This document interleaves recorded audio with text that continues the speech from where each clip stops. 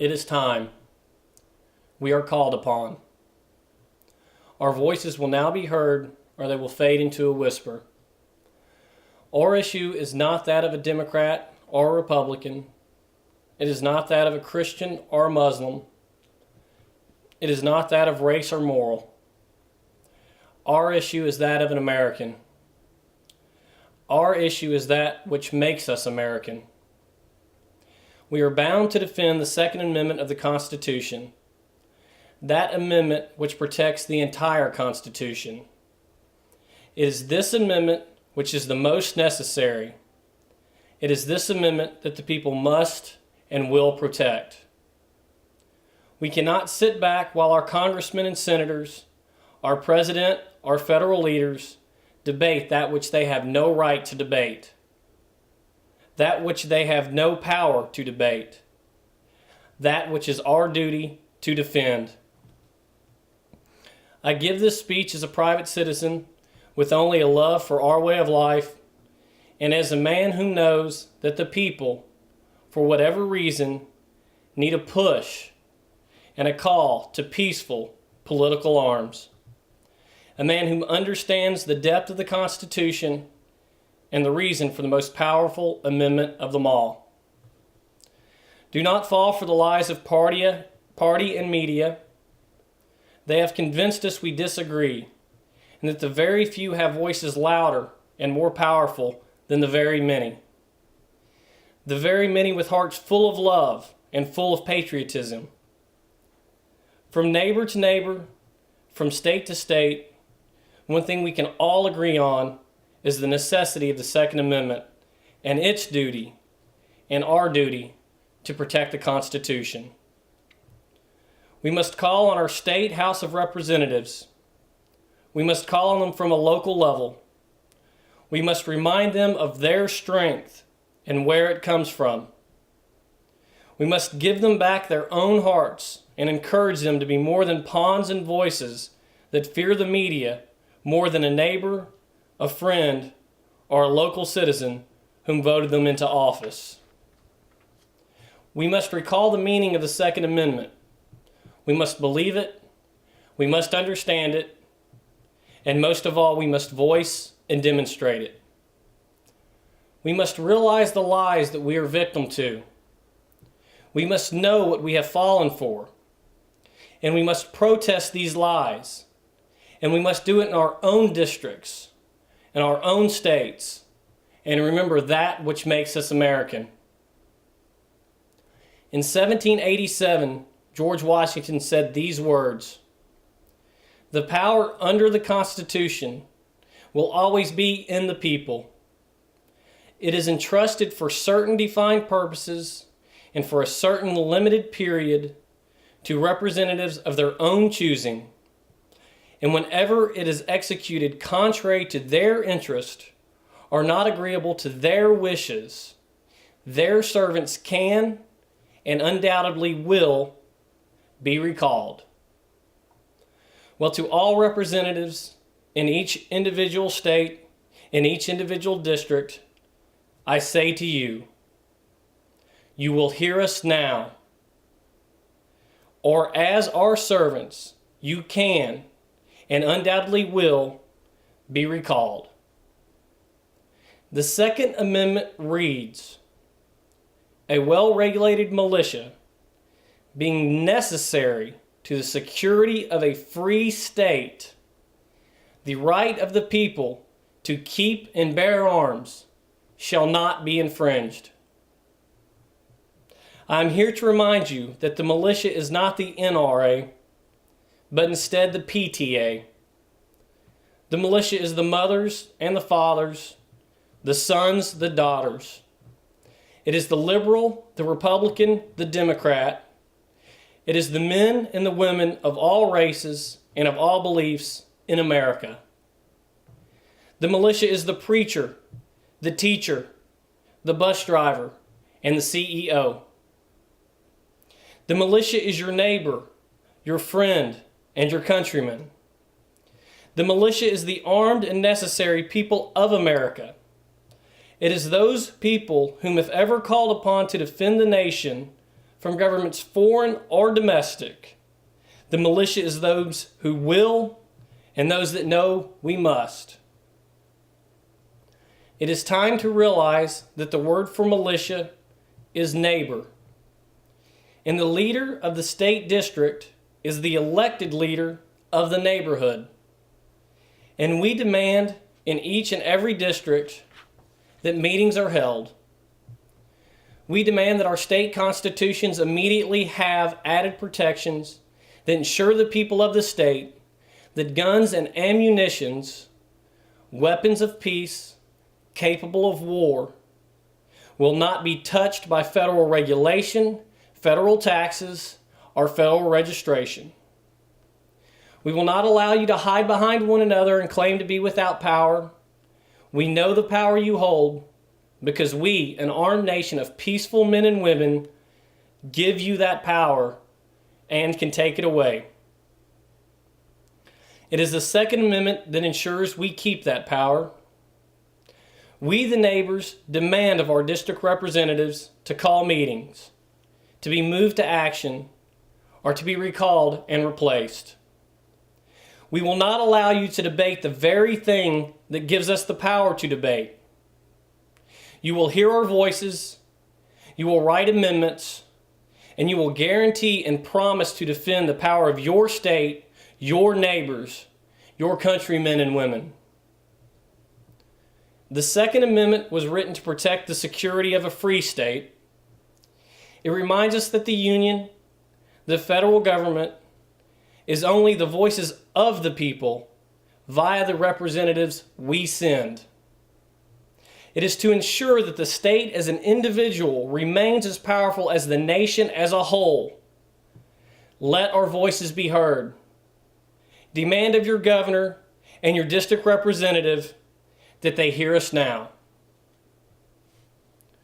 The First Amendment reads, Congress shall make no law respecting an establishment of religion, or prohibiting the free exercise thereof, or abridging the freedom of speech, or the power of the press, or the right of the people to peacefully assemble and to petition the government for redress or grievances. Have we forgotten the power of our voices and our districts? Have we forgotten that which gives us power is the fact that we, the individuals, are all citizen soldiers. We all are patriots. We all have a heart for America, and if called upon to defend her, we will and we shall. Do we not all know that when the very few have the weapons, the very many can be made silent? And that is why our rights must not be infringed upon. To infringe means to encroach upon in a way that violates law or the rights of another. Do you not think that federal requirements and registrations which attack the Second Amendment are not the embodiment of the end of security to a free state? And do you not see the deep need, the need seen so clearly by those that established this union, the need to protect our rights at the state level? I say to you that we will not bend. I say to you that our representatives will hear us and they will act, because it is their duty, and it is our duty to call them out. And we must act now. Our media, our leaders, those voices that we listen to each and every night have us convinced of a lie. They have us convinced that we disagree, that we are members of parties that we must promote and must empower. We are convinced that we are divided, that we are at war with each other, and only our narrow-minded, power-hungry parties can give us the liberties we need, the liberties we already have and are so blind to give away. I do not believe this lie. I believe that we all agree on many things. I believe that the union worker and the right to work advocate both know the power that is America and the power which is in the firearm. I believe the American right-wing Christian and the American liberal homosexual, the American Muslim and the American Jew, the iron worker and the computer programmer, the model, the actor, and the actress all agree and understand the necessity of the people to have more power than those which follow the orders of the corrupt few. I believe that the overwhelming majority of the people understand that the issue of the Second Amendment is an issue of the neighbor and of the state and its representatives. It is an issue that we will not allow to be discussed as if it is up for debate. It is our duty, our calling, to defend the Second Amendment at the state level. The members of one state are under no obligation to share its names, its strengths, its armed numbers, its purchased weapons of peace capable of war to any formed union database or neighboring state. No federal power shall be able to regulate the militia, the neighbor, the PTA member. The members of each state realize that the Second Amendment is not just for hunting, nor for home protection, but for enforcement of true homeland security. It stands as a quiet yet powerful reminder that the elected will remain as servants to the people, their task to write and carry out the laws we request. It serves as a quiet reminder that it is good men and women which govern law, not good law which governs men and women.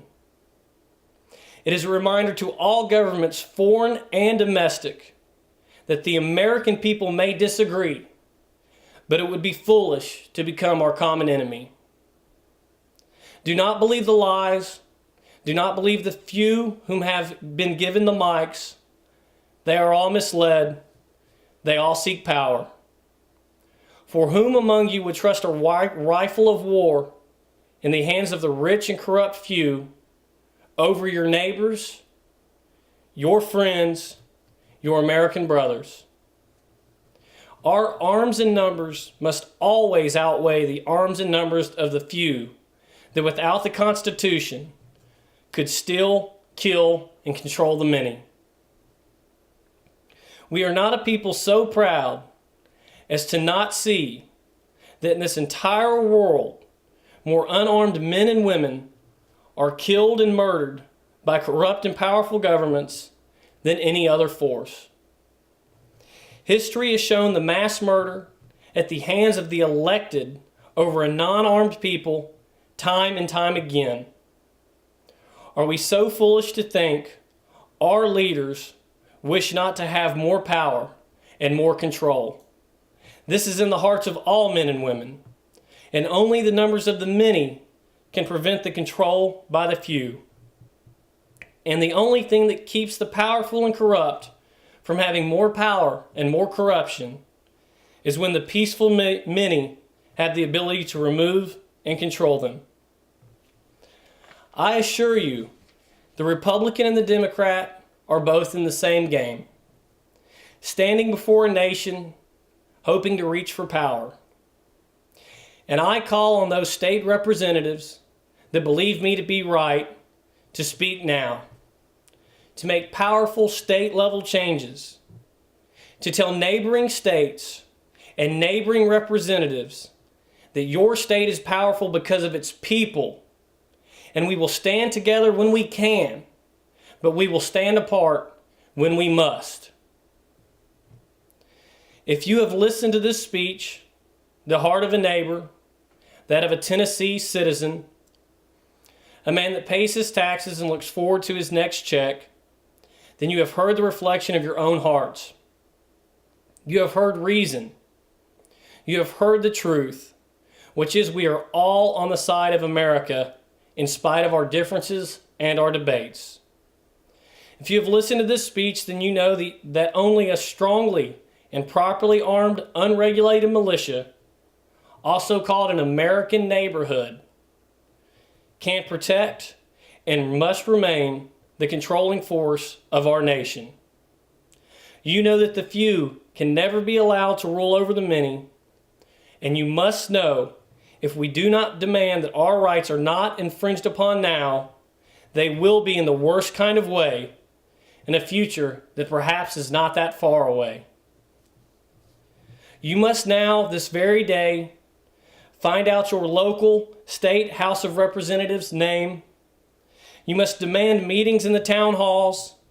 You must demand action on a state level that empowers your state and your representatives. If your representative does not act immediately, then we must call for peaceful protest.